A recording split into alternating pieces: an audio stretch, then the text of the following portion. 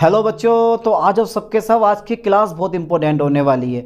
BSc third semester zoology का एक most important topic पढ़ लेते हैं।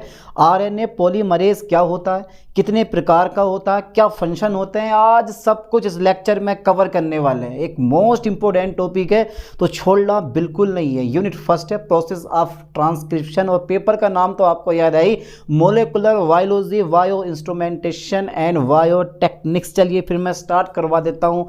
एक मोस्ट इंपॉर्टेंट टॉपिक, एक शॉर्ट टॉपिक, और उस टॉपिक का नाम क्या दूंगा मैं? अरे यार सर, छोटा मोटा टॉपिक लेना, पहली बार है, पहली क्लास है। चलिए कोई दिक्कत नहीं है, पकड़ लो। आरएनए पॉलीमरेज भैया शॉर्ट क्वेश्चन में कई बार पूछा गया है और पढ़ाने का पर्पस भी यही है कि इस साल भी ये 100% पेपर में फंसेगा। आरएनए पॉली, ठीक है सर, आरएनए पॉली, ठीक है ठीक है,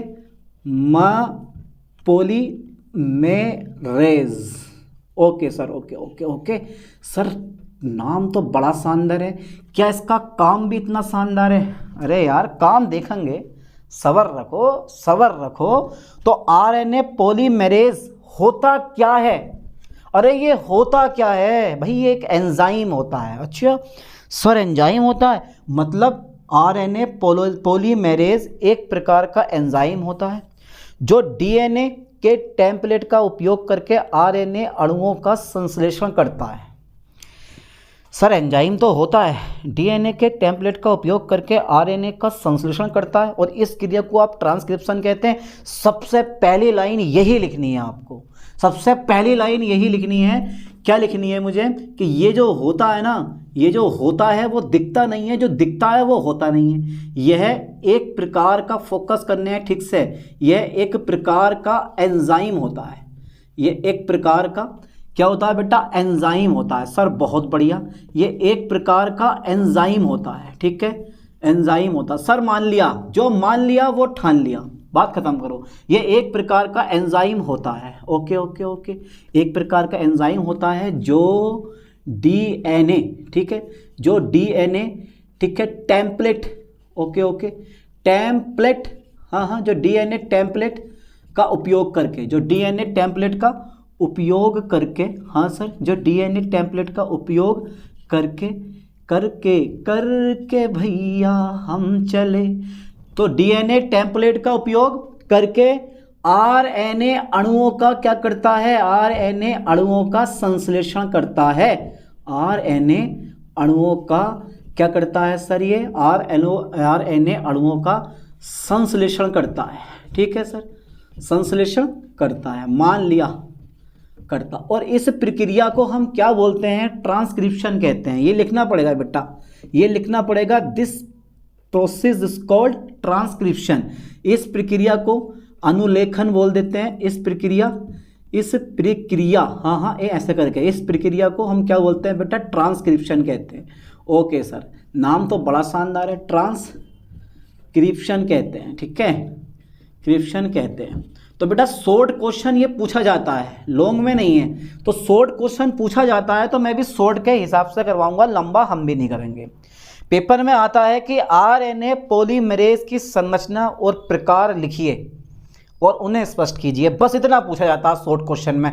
और शॉर्ट क्वेश्चन तो शॉर्ट होता है जिसे आप बड़ा शॉर्ट करके लिख के आते हो, ठीक है। चलो तो सबसे पहले इसकी ना स्ट्रक्चर डाल देते हैं, इसकी स्ट्रक्चर डाल देते हैं। डाल दो, मत छोड़ो, इसकी स्ट्रक्चर मत छोड़ो, ठीक है। STRUCTURE, इसमें ये बता दिया मैंने कि डीएनए होता है, यानी कि आरएनए पॉलीमरेज एक एंजाइम होता है, ठीक है, जो डीएनए को आरएनए में कॉपी करता है। सिंपल सी बात यही है, जो डीएनए को आरएनए में कॉपी करता, तो डीएनए टेम्पलेट का उपयोग करके आरएनए अणुओं का संश्लेषण करता, ठीक है। और इस प्रक्रिया को हम क्या बोलते हैं? ट्रांसक्रिप्शन कहते हैं। चलिए आगे देखते हैं। स्ट्रक्चर ऑफ, हाँ, स्ट्रक्चर ऑफ राइबोसोम, यानी कि राइबोस, आरएनए पॉली, हाँ हाँ हाँ हाँ, रेस, ये। चलिए तो बेटा ध्यान देना इस लाइन पे। देखो एक तो होता है प्रोकैरियोटिक आरएनए पॉलीमरेज, ठीक है, एक होता है यूकैरियोटिक आरएनए पॉलीमरेज। तो पहले कौन सा पढ़ोगे? प्रोकैरियोटिक पढ़ा दूं या यूकैरियोटिक पढ़ा दूं? जैसा आप कहोगे मैं वैसा कर लूँगा। जल्दी बताओ फास्टली, कौन सा पढ़ोगे ए भैया? अरे जल्दी बता दो यार, पढ़ा दो कोई सा भी सर, जो मन करे। चलिए तो पहले पढ़ लेते हैं हम प्रोकैरियोटिक, ठीक है। तो ए ए ए ए ए ए ए इसमें स्टार बना के डाल देना हेडिंग प्रो, ठीक है सर। प्रोकैरियोटिक आरएनए पॉलीमेरेज, ठीक है। Prokaryotic RNA polymerase, okay okay, prokaryotic RNA polymerase, ठीक है। लो सर डाल दिया। अब इसमें होता क्या है बेटा, जरा थोड़ा ध्यान देना, थोड़ा इस चीज़ पे ना ध्यान देना सही करके। हाँ सर, हाँ हाँ हाँ हाँ, थोड़ा सा प्यार हुआ है। अब देखो होता क्या, तो प्रोकैरियोटिक में, या मैं लिख दूंगा डायरेक्टली कि इसमें, ठीक है, 5 सब यूनिट होती हैं। कितनी होती हैं? 5 सब यूनिट होती हैं। फोकस करना, ज़्यादा नहीं होती इसमें 5 सब यूनिट होती हैं। एक अल्फ़ा, एक बीटा, एक बीटा प्राइम, एक ओमेगा और एक कारक होता है हमारा सिग्मा, ठीक है। कितनी होती हैं? अब मैं, डरो मत बेटा, डरो मत, तुम डरोगे तो फिर काम कैसे करोगे? तो इसमें जो होती है ना 5 यूनिट होती हैं। 5 यूनिट कौन सी? इसको बोलते हैं सब यूनिट। अभी बताता हूँ खेल सब यूनिट का कि सब यूनिट कौन कौन सी होती हैं। फिलहाल ध्यान दो, इसमें 5 सब यूनिट होती हैं। फोकस करो ठीक से, इसमें 5 सब यूनिट होती हैं। ओके सर इसमें 5 सब यूनिट होती हैं। हाँ यार, इसमें 5 सब यूनिट होती हैं। अब ये होती कौन कौन सी हैं? एक तो हमारा अल्फ़ा होता है, ठीक है, एक हमारा बीटा होता है, ठीक है, एक हमारा बीटा प्राइम होता है, और एक हमारा ओमेगा होता है, एंड एक हमारा सिग्मा कारक होता है। कितनी यूनिट होती हैं? 5 सब यूनिट होती हैं। किसमें? प्रोकैरियोटिक आरएनए पॉलीमेरेज में। अच्छा ठीक है, आरएनए पॉलीमेरेज में सर कितनी होती हैं? 5 सब यूनिट होती हैं। आप आरएनए पॉलीमेरेज को मैं एस भी लगा, मतलब एस भी लगा सकते हो, SCS, ठीक है, बस लगाने की जरूरत ही नहीं है, कोई दिक्कत नहीं है। फिलहाल प्रोकैरियोटिक आरएनए पॉलीमेरेज में 5 सब यूनिट होती हैं, alpha, beta, beta dash, omega and sigma कारक। अब जो ये 4 यूनिट होती है ना, alpha, beta, beta dash and omega, line पे ध्यान देना, ये जो 4 सब यूनिट होती हैं ये कोर एंजाइम बनाती हैं। क्या बनाती हैं? कोर एंजाइम बनाती हैं। और जब ये कोर एंजाइम सिग्मा कारक के साथ जुड़ता है ना, ठीक है, तो होलो एंजाइम बनता है। और जो ये होलो एंजाइम होता है, जब ट्रांसक्रिप्शन की क्रिया प्रारंभ होती है, ठीक है, तो प्रोमोटर साइट, ठीक है, प्रोमोटर साइट पर हेल्प करता है, और उसके बाद क्या हो जाता है? ये अलग हो जाता है। ये क्वालिटी इसके अंदर पाई जाती है, पर मैं इतना लिखवाने वाला नहीं हूँ। मैं डायरेक्टली लिखवाऊंगा कि 4 सब यूनिट, 4 सब यूनिट। अब आप सोच रहे होंगे कि सर ये सब यूनिट क्या होती हैं? बेटा ये पॉलीपेप्टाइड श्रृंखलाएं होती हैं। ध्यान देना, अगर आपसे कोई पूछे कि यार सर ये सब यूनिट क्या होती हैं, तो आप क्या बोलोगे कि ये जो सब यूनिट होती है ना, ये पॉलीपेप्टाइड आपने पढ़ रखा है। पॉलीपेप्टाइड क्या होती हैं? चेन होती हैं। ध्यान देना, सब यूनिट को आप पॉलीपेप्टाइड भी बोल सकते हो, सब यूनिट को आप पॉलीपेप्टाइड भी बोल सकते हो। बहुत सिंपल, बहुत कॉमन सी बात है, ठीक है, कर लोगे ना इतना, ठीक है। 4 सब unit, alpha, beta, beta dash तथा ओमेगा, ठीक है, ओमेगा जो होती हैं वो कोर एंजाइम बनाती हैं, ठीक है, कोर एंजाइम बनाती हैं। ठीक है सर, बहुत सिंपल सा फैक्टर था, कोर एंजाइम बनाती हैं। ओके सर, कोर एंजाइम बनाती हैं, बहुत बढ़िया सर। यानी कि 4 सब unit alpha, beta, beta dash तथा ओमेगा कोर एंजाइम बनाती हैं, ठीक है। अब जो ये कोर एंजाइम होता है ना, ये जो कोर एंजाइम आप देख रहे हो, ये कोर एंजाइम जो होता है, कोर एंजाइम सिग्मा कारक के साथ, सिग्मा कारक, इसको मैं रेज कर दूं अब, ठीक है, इसका हमारे पास कोई काम नहीं है। जो कोर एंजाइम होता है वो सिग्मा कारक के साथ, सिग्मा कारक के साथ मिलकर जो होता है ना बेटा, मिलकर होलो एंजाइम का निर्माण करता है, ठीक है, होलो एंजाइम, ठीक है, okay okay okay okay okay, holo enzyme का निर्माण करता है। लो सर, बस इतनी सी संरचना थी, एंजाइम का निर्माण करता है। लो हो गया बेटा, आराम से सांस ले लो, सांस ले लो, बस बस बस बस। तो 4 सब unit alpha, beta, beta dash तथा ओमेगा कोर एंजाइम बनाती हैं, और जो कोर एंजाइम होता है वो सिग्मा कारक के साथ मिलकर होलो एंजाइम का निर्माण करता है। मैं ज़्यादा लिखवाने वाला नहीं हूँ, मैं ज़्यादा लिखवाने वाला नहीं हूँ, और इतना लिखवाया क्या है। तो यार शॉर्ट क्वेश्चन में कुछ तो लिख के आओगे ना, हैं, शॉर्ट क्वेश्चन में कुछ तो लिख के आओगे ना। आप जो कुछ तो लिख के आओगे वो कुछ क्या है, ये कुछ नहीं है, लुच कुछ नहीं है बेटा, ये कुछ कुछ है, समझ गए। इन अच्छे से लिख के आना। तो 4 सब unit alpha beta beta prime तथा ओमेगा कोर एंजाइम बनाती हैं। कोर एंजाइम सिग्मा कारक के साथ मिलकर होलो एंजाइम का निर्माण करता है। ठीक है, ये किस चीज़ में पढ़ा रहा हूँ मैं आपको, अरे ये मैं क्या पढ़ा रहा हूँ, जल्दी बताओ बेटा, ये क्या पढ़ा रहा हूँ मैं। सर ये आप जोलॉजी पढ़ा रहे हो, बीएससी 3rd सेमेस्टर की। कौन सी यूनिट चल रही है, प्रोसेस ऑफ ट्रांसक्रिप्शन, पहली यूनिट चल रही है। लेक्चर कौन सा, पहला ही लेक्चर है, ठीक है, पहली लेक्चर है, पहली यूनिट है। चलिए तो बेटा अब जो है ये जो है बस प्रोकैरियोटिक आरएनए पॉलीमरेज यहीं ख़त्म करते हैं। अब शुरू कर देते हैं यूकैरियोटिक पॉलीमरेज। अब जो ये यूकैरियोटिक आरएनए पॉलीमरेज होता है ना भाई साहब, ये होता है, ये जो होता है ये 8 सब यूनिट या इससे ज़्यादा से मिलकर बनता है। कितनी से, 8 सब यूनिट या इससे ज़्यादा, ठीक है, सब यूनिट से ये मिलकर बनता है। तो इसको हम 3 प्रकार से डिवाइड कर सकते हैं, polymerase first, polymerase second and polymerase third. तो आप डाल सकते हो डायरेक्टली, डाल सकते हो आप डायरेक्टली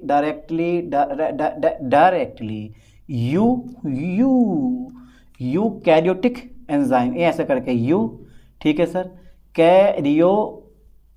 यूकैरियोटिक आरएनए एंजाइम, ठीक है, यानी कि आरएनए पॉलीमरेज। अब इसका नाम किसने रखा भैया, कौन सा साइंटिस्ट है ऐसा जिसने इसका नाम रखा, जरा बताइयो किन भाई साहब ने इसका नाम रखा पॉलीमरेज, नाम तो रखा यार। चलो आगे देखते हैं। अय हाय, यानी कि इसमें जो होती है ना, इसमें, ठीक है, 8 सब यूनिट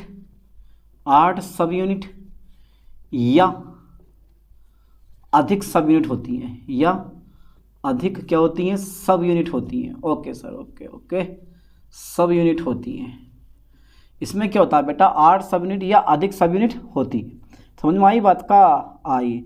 अब जो ये यूकैरियोटिक आरएनए पॉलीमरेज होता है ना, ये 3 प्रकार का होता है। तो मैं डायरेक्टली लिखूंगा यहाँ पर, यहाँ मैं डायरेक्टली लिखूंगा कि आरएनए, यहाँ मैं डायरेक्टली लिख दे रहा हूँ, चलो एक छोटा सा हेडिंग में, चलो डायरेक्ट लिख दे रहा हूँ मैं, आरएनए पॉलीमरेज जो होता है ना, मेरेज, ठीक है, ये वाला 3 प्रकार का होता है। साहब कितने प्रकार का होता है, 3 प्रकार का होता है। अच्छा 3 प्रकार का होता है, हमें तो पता ही नहीं था। तो बेटा ये टाइप्स में आ गया, ध्यान देना इस पॉइंट पे, टाइप्स में आ गया। आरएनए पॉलीमरेज 3 प्रकार का होता है। पॉलीमरेज, आरएनए पॉलीमरेज फर्स्ट होता है, लाइन पे फोकस करना, कौन सा होता है बेटा, ये फर्स्ट भी होता है, सेकंड भी होता है और ये थर्ड भी होता है, ठीक है। तो पहले नंबर पे डाल दो आप, इसका जो पहला नंबर है वो है RNA, okay sir, RNA polymerase, okay, polymerase first, ठीक है, आरएनए पॉलीमरेज फर्स्ट। अब तुम सोच रहे होगे कि यार यूकैरियोटिक आरएनए पॉलीमरेज को हमने 3 प्रकार में डिवाइड करा है, पहला आरएनए पॉलीमरेज फर्स्ट, या डायरेक्टली आप लिख सकते हो कि आरएनए पॉलीमरेज 3 प्रकार का होता है। आप डायरेक्ट भी लिख सकते हो टाइप्स ऑफ आरएनए पॉलीमरेज, ठीक है, ऐसे करके लिख सकते हो कि types of RNA polymerase, heading डाल के भी लिख सकते हो, कोई दिक्कत नहीं है। पर मैंने इतने हेडिंग सोच रहे कौन डाले तुमसे टॉपिक में, तो लाइन पे ध्यान देना कि आरएनए पॉलीमरेज 3 प्रकार का होता है। अब जो ये तुम्हारे पास होता है ना आरएनए पॉलीमरेज फर्स्ट, ये आरएनए पॉलीमरेज फर्स्ट, ये देखो न्यूक्लियस होता है, न्यूक्लियोप्लाज्म होता है, न्यूक्लियोलस होता है। तो ये न्यूक्लियोलस में पाया जाता है, ध्यान देना, आरएनए पॉलीमरेज फर्स्ट जो होता है वो न्यूक्लियोलस में पाया जाता है और आरएनए का निर्माण करता है, ठीक है। ओके सर, ओके, ये जो होता है ना यह न्यूक्लियोलस में पाया जाता है। कहाँ पाया जाता है, न्यूक्लियोलस में पाया जाता है, ठीक है सर, न्यूक्लियस में पाया जाता है, ठीक है। और कौन से आरएनए का निर्माण करता है, यह न्यूक्लियोलस में पाया जाता तथा, ठीक है, तथा आरएनए का निर्माण करता है, ठीक है, राइबोसोमल आरएनए का क्या करता है, ये निर्माण करता है, ठीक है। Am right, okay sir, okay. अच्छा एक चीज़ मैं आपको और बता दूं और बताना, ठीक है, आरएनए पॉलीमरेज, ठीक है, आरएनए पॉलीमरेज,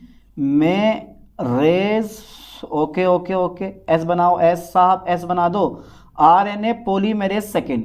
तो बेटा जो ये आरएनए पॉलीमरेज सेकेंड है ना, ये कहाँ पाया जाता है भाई? ये न्यूक्लियो यानी कि न्यूक्लियस में पाया जाता है। आपको पता होना चाहिए कहाँ पाया जाता है, न्यूक्लियस में पाया जाता है। हाँ यार, न्यूक्लियस में तो पाया जाता है, ठीक है। पाया कहाँ जाता है? चलो ये तो केंद्रिका में पाया जाता है, न्यूक्लियोलस में पाया जाता है। अब यार ये न्यूक्लियस में पाया जाता है, चलो लिख दे रहा हूँ मैं, यह है न्यूक्लियस यानी कि केंद्रक में पाया जाता है, ठीक है। ये न्यूक्लियस में पाया यानी कि न्यूक्लियस में पाया जाता है, ठीक है। तथा स्मॉल mRNA का निर्माण करता है। लाइन पे फोकस करें बेटा, ये केंद्रक में पाया जाता है तथा mRNA का निर्माण करता है, तो इसको बोलते हैं मैसेंजर RNA, ठीक है। तो पॉलीमरेज फर्स्ट जो होता है वो स्मॉल r RNA का निर्माण करता है, और जो पॉलीमरेज सेकंड होता है ना, यानी कि RNA पॉलीमरेज सेकंड जो होता है वो केंद्रक में पाया जाता है, और क्या काय का निर्माण करता है साहब? ये mRNA का निर्माण करता है। अच्छा, थर्ड जो आता है ना, पॉलीमरेज थर्ड, वो जगह बची नहीं है, वो यहाँ आएगा जरूर, और छाएगा भी जरूर, पर यहाँ छाएगा, वो है यहाँ पर। जल्दी फास्टली स्क्रीनशॉट ले लिया होगा इसका, और ना लिया है तो एक साथ उतार रहे हो, लेने की जरूरत ही क्या है? क्यों? अरे यार आप इंटेलिजेंट है, आपसे बड़ा कोई नहीं, ठीक है। चलो बस हो ही चुका है, तो शॉर्ट क्वेश्चन में काफ़ी हो गया या और करवा दूँ? है भाई, चलिए एक चीज़ और लिख लो, अभी थर्ड नंबर और आगा हमारा एक, घबराओ मत, RNA, ठीक है, पॉलीमरेज, RNA पॉलीमरेज, ठीक है बेटा। थर्ड मैंने क्या बोला? ये न्यूक्लियोप्लाज्म में पाया जाता है, यानी कि केंद्रक द्रव्य में पाया जाता है, और tRNA, ठीक है, ट्रांसफर RNA का निर्माण करता है, मतलब ट्रांसफर राइबो न्यूक्लिक एसिड का निर्माण करता है। चलिए लिख दे रहा हूँ मैं इस चीज़ को। तो बेटा ये क्या होता है, मैं यहाँ पर लिखूँ, ये जो होता है ना, ये कहाँ पाया जाता है? ये न्यूक्लियोप्लाज्म में पाया जाता है, यह है न्यूक्लियोप्लाज्म। ओके सर, ये न्यूक्लियोप्लाज्म में क्या होता है? पाया जाता है, ये न्यूक्लियोप्लाज्म में पाया जाता है, राइट। ओके सर, ये न्यूक्लियोप्लाज्म में पाया जाता है सर, और कहाँ, ये कहाँ इसको ढूंढवा रहे हो यार? ये न्यूक्लियोप्लाज्म में पाया जाता है, मतलब केंद्रक द्रव्य में पाया जाता है, तथा tRNA का निर्माण करता है, tRNA का निर्माण करता है, ठीक है, tRNA का निर्माण करता है। लो साहब, tRNA का निर्माण करता है। और सुनाओ क्या हाल है? तो तीनों प्रकार का हो गया, तो इसको ना, इसे आप याद कर सकते हो। देखो, इसे एक ट्रिक बता रहा हूँ, ट्रिक याद करने की। कभी सोचो कि यार TRIC के ट्रिक, ठीक है, ये ट्रिक जो है अलग से लिख लेना। तो इसको RMT से याद किया जाता है, RMT यानी कि राइबोसोमल मैसेंजर एंड ट्रांसफर, ठीक है, RMT। तो RNA पॉलीमरेज जो फर्स्ट होता है ना, वो क्या बनाता है?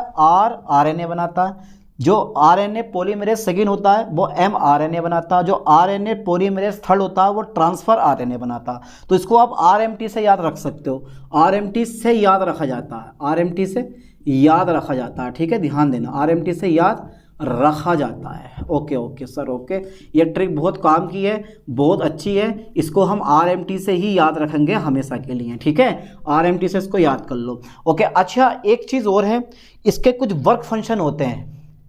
अरे कुछ ना कुछ तो इसके वर्क फंक्शन होंगे, कुछ ना कुछ तो ये काम करता होगा। अब वो काम कौन कौन से करता, जल्दी बताओ फास्टली, कि यार RNA पॉलीमरेज का काम क्या है, फंक्शन क्या है? तो डाल दो हेडिंग, फंक्शन आप ज़्यादा नहीं, बस 3 या 4 लिखवा दूंगा। Function of RNA polymerase, RNA poly, ठीक है, मेरेज, ठीक है, फंक्शन ऑफ RNA पॉलीमरेज। तो RNA पॉलीमरेज के जो है ना बेटा, RNA पॉलीमरेज, ठीक है, पॉलीमरेज के निम्नलिखित कार्य हैं, ठीक है, लाइन पर फोकस करें, निम्नलिखित, ओके सर, ओके, कार्य हैं, निम्नलिखित कार्य हैं। अच्छा, पहला काम क्या है? पहला काम यह है कि DNA को RNA कॉपी में बदलना, यानी कि ये करता क्या है? DNA को RNA कॉपी में चेंज कर देता, फिर RNA का संश्लेषण करता है। और एक और है, यानी कि कंट्रोल ऑफ बायोलॉजिकल प्रोसेस, का मतलब हो गया जैविक प्रक्रिया को नियंत्रण करता, जैविक प्रक्रिया का नियंत्रण करता। ठीक है, तो 3 या 4 वर्ग बहुत होते हैं, इससे ज़्यादा मत लिखो। तो डीएनए को, ओके ओके ओके, डीएनए को आरएनए में कॉपी करना सबसे मेनली काम है, डीएनए को आरएनए में कॉपी करना। ठीक है ठीक है ठीक है, डीएनए को आरएनए में कॉपी करना। अच्छा, दूसरा नंबर क्या है? आरएनए का संश्लेषण। ठीक है, आरएनए का संश्लेषण, ओके सर ओके, आरएनए का संश्लेषण। अच्छा बेटा, तीसरा नंबर क्या है? जल्दी बताओ फास्टली। थर्ड नंबर क्या है इसका? यानी कि जैविक प्रक्रिया, जैविक क्रियाओं, अरे यार जैविक प्रक्रिया कर दो, जैविक प्रक्रियाओं, जैविक प्रक्रिया पर नियंत्रण। ठीक है, ओके ओके, ये कुछ काम होते हैं इसके। ठीक है, और टर्मिनेशन भी आता है इसमें, ये टर्मिनेशन भी कर देता है, टर्मिनेशन भी ये कर देता है। ये एन आप बोल सकते हो प्रोफ्रेडिंग। ठीक है, प्रोफ्रेडिंग भी करता है ये कुछ काम में आता है, इतने काम में। तो डीएनए को आरएनए में कॉपी करता है, आरएनए का संश्लेषण करता है। ठीक है, और जैविक प्रक्रियाओं को कंट्रोल करता है, टर्मिनेशन एंड प्रोफ्रेडिंग क्रियाओं को भी ये करता है। तो यहाँ तक हमने कवर कर लिया कि आरएनए पॉलीमरेज क्या होता है। ठीक है, किस काम में आता है। ठीक है, आरएनए पॉलीमरेज क्या होता है, इसके प्रकार कितने होते हैं और ये किस काम में आता है। तो एक शॉर्ट क्वेश्चन में इतना काफ़ी है, लॉन्ग क्वेश्चन मैंने नहीं कर पाया। अगर लॉन्ग क्वेश्चन करवाता ना तो लेक्चर बहुत लंबा होता, और लॉन्ग क्वेश्चन में कभी ये आज तक आया नहीं है। अब जब शॉर्ट में आया है तो मैंने शॉर्ट के हिसाब से पढ़ाया, और आप भी इसी तरह से इस टॉपिक को कवर कर लो। चलो मिलते हैं नेक्स्ट वीडियो में नेक्स्ट लेक्चर के साथ। थैंक्स।